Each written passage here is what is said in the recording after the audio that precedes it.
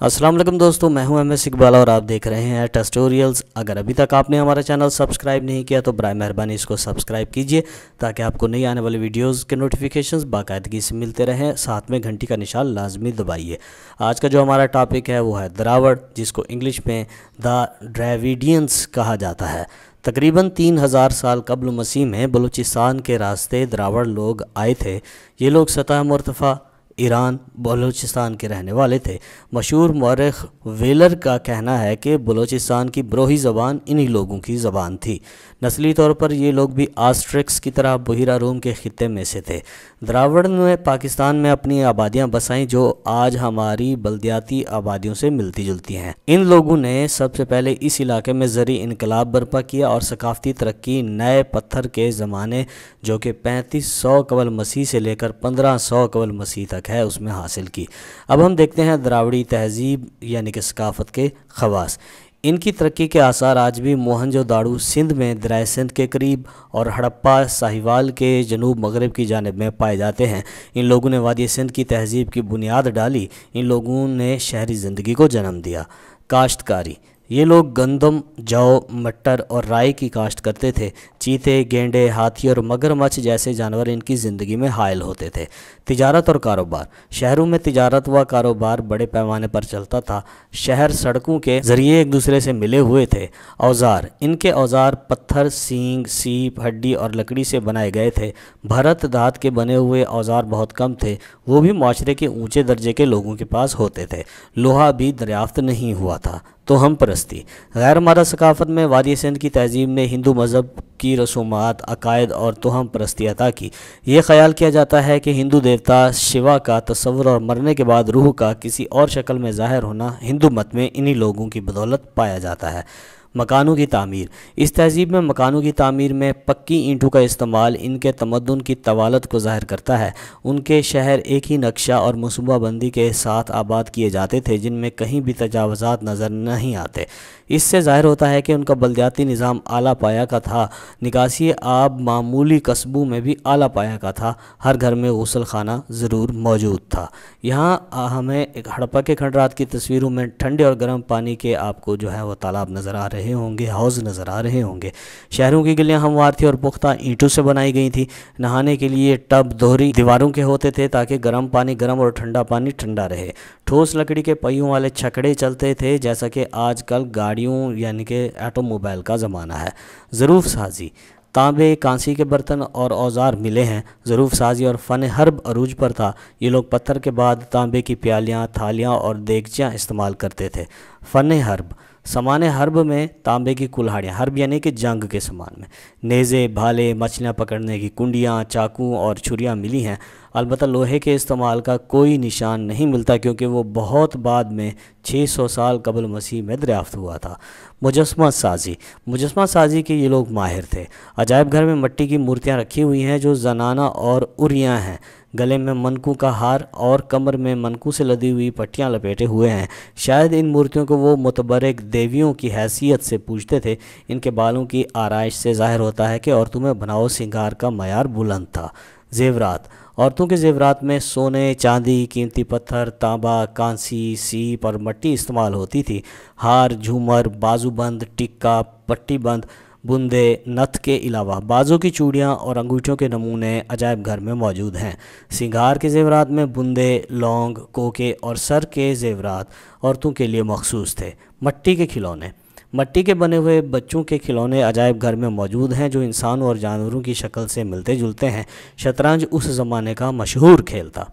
अब हम देखते हैं हड़प्पा के आसार के हवाले से। आज से तकरीबन 5000 साल कबल वादी सिंध की तहज़ीब का सबसे बड़ा शहर हड़प्पा था जिसे एक तहज़ीबी मरकज़ की हैसियत हासिल थी। हड़प्पा के लोग अपने फ़न तामीर, उम्दा मकानात, कुशादा और सीधी सड़कों, खूबसूरत गलियों, वसी व अरीज़ शाहराहों और पुख्ता ज़मीन दोज़ नालियों का निज़ाम रखते थे। हकीकत में हड़प्पा के लोगों को बल्दियाती शऊर था।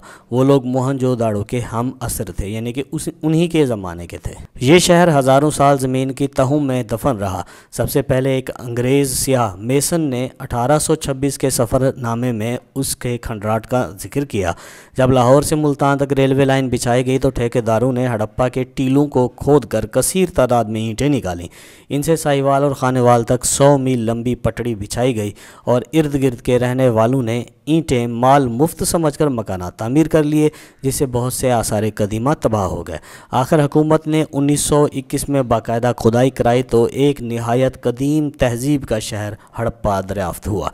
इस तहजीब को वादी सिंध की तहजीब भी कहते हैं। साहिवाल से 27 किलोमीटर जनूब मगरब में हड़प्पा के खंडरात मौजूद हैं। हड़प्पा रेलवे स्टेशन से 6 किलोमीटर शुमाल में ये खंडरात मौजूद हैं।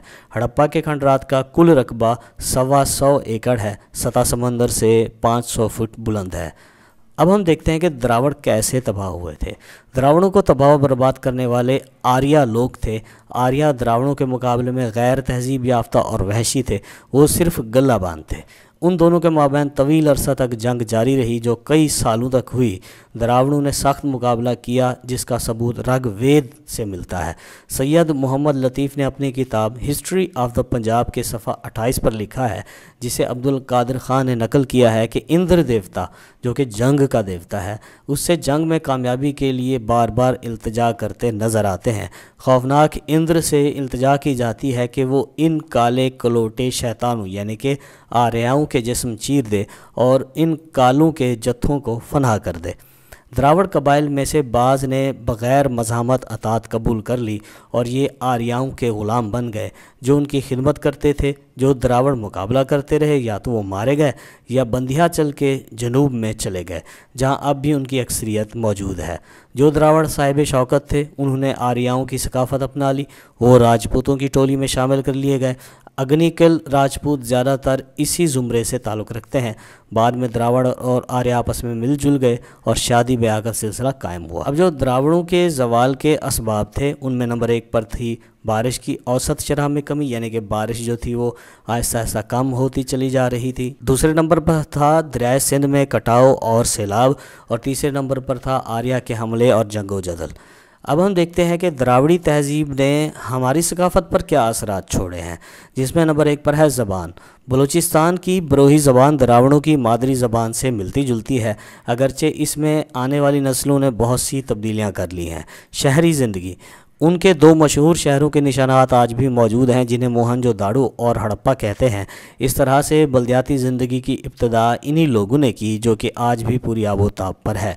तीसरे नंबर पर है वादी सिंध की तहजीब के बानी। यही लोग असल में वादी सिंध की तहजीब के बानी हैं और तहजीब के ज़्यादा आसार इन्हीं की सकाफ़त से मिलते जुलते हैं। ज़राअत, इन लोगों ने गंदम, जौ, मटर और राई की काश्त शुरू की। अगरचे इन अजनास की अक़साम यकीनन आज के दौर की अजनास से मुख्तलिफ होंगी, मगर ये फसलें आज भी राइज हैं। सड़कों का जाल, शहरों को सड़कों के ज़रिए एक दूसरे से मिलाया गया। तकरीबन 1500 साल तक ये लोग इस सरज़मीन में शादो आबाद रहे। इनकी सड़कें कच्ची थीं जो उस दौर का सबसे अहम कारनामा था, मगर सड़कों का रिवाज आज भी मौजूद है। गैर मुल्की ताल्लुकात, शहरों के माबैन तिजारती व कारोबारी ताल्लुकात कायम थे। नीज़ मौजूदा इराक़, सऊदी अरब, उर्दन और ईरान से तिजारती ताल्लुकात भी कायम थे। ये ताल्लुकात आज भी दुनिया की सकाफ़त का हिस्सा हैं। पुख्ता ईंटों का इस्तेमाल, शहरों की गलियों को पुख्ता ईंटों से हमवार किया गया था, जिससे ज़ाहिर होता है कि मदनियत यानी कि शहरियत का तस्वुर यानी कि शहर बसाने का तस्वुर कायम था और शहरी ज़िंदगी के असूलों से वो आशना थे यानी कि जानते थे। ये पुख्ता ईंटें आज भी राइज हैं।